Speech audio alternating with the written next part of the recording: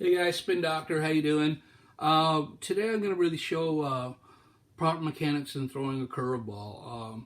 More or less grip and release. I'm actually going to take my watch off. I should have done that before I rolled camera here.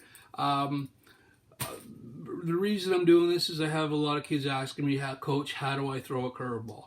And even some of the coaches that I do help, they don't really know how to throw them. A lot of them aren't really pitchers, haven't been pitchers.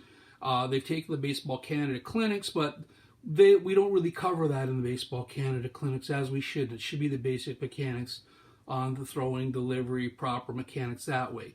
They only really get into 2-seam and 4-seam grips. With the curveball, the most standard curveball grip that I see is really by taking our index finger on the seam here. We gotta remember, guys, I'm a lefty, so putting that there, the other finger there, or piggybacking if they can.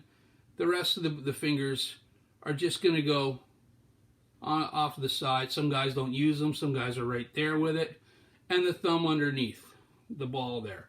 Your main pressure point is going to be that index finger. Most guys throw it from there. Now, when they throw the pitch, the object is you want a higher release, but the object is just to roll your wrist forward. Now, your release point's going to be somewhere up here.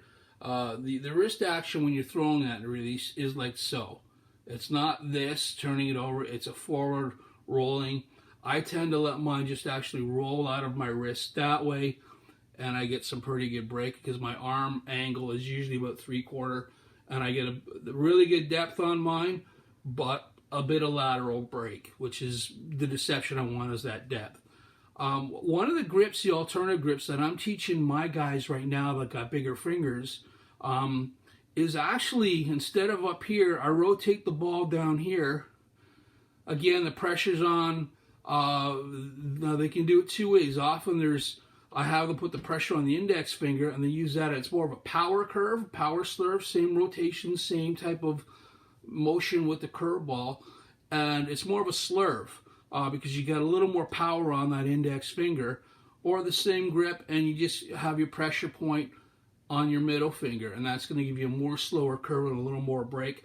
Again, with my arm angle, that is going to break 12. It's going to be more of a 12/6 depth, but it's going to be more of a, say, an 11 o'clock, 5 o'clock break, even so much of a 10-4 with the action that I get.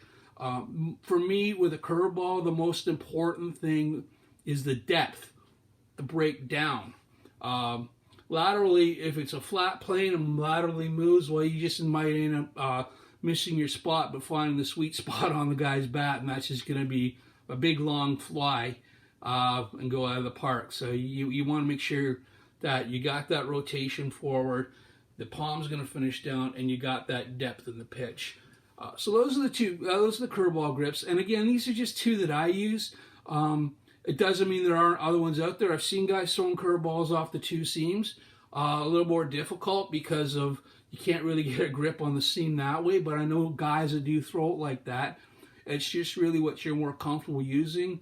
I've had some of my players swear by that grip there that they've used, and they do throw it better. So I'm all for it. I'm saying whatever grip works for you best. Some of the guys use two of the grips. It's really what is going to improve your arsenal of pitches. So if you've got two different curveball grips you can use, fantastic. They may give different looks to the batter. I'm not sure which one's coming. The more the merrier. So those are the curveballs.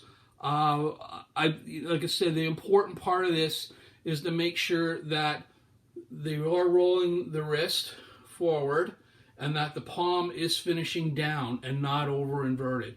Once you get into this action, you're looking at some bad problems in your arm. Make sure they finish down.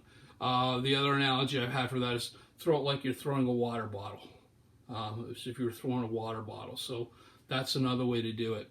I hope you enjoyed this video. I am going to be posting one with the slider that I like to teach. I know with sliders, different guys have different opinions on it. This is just the one that I'm going to teach in our next video. And I hope you enjoyed this one, guys. Cheers.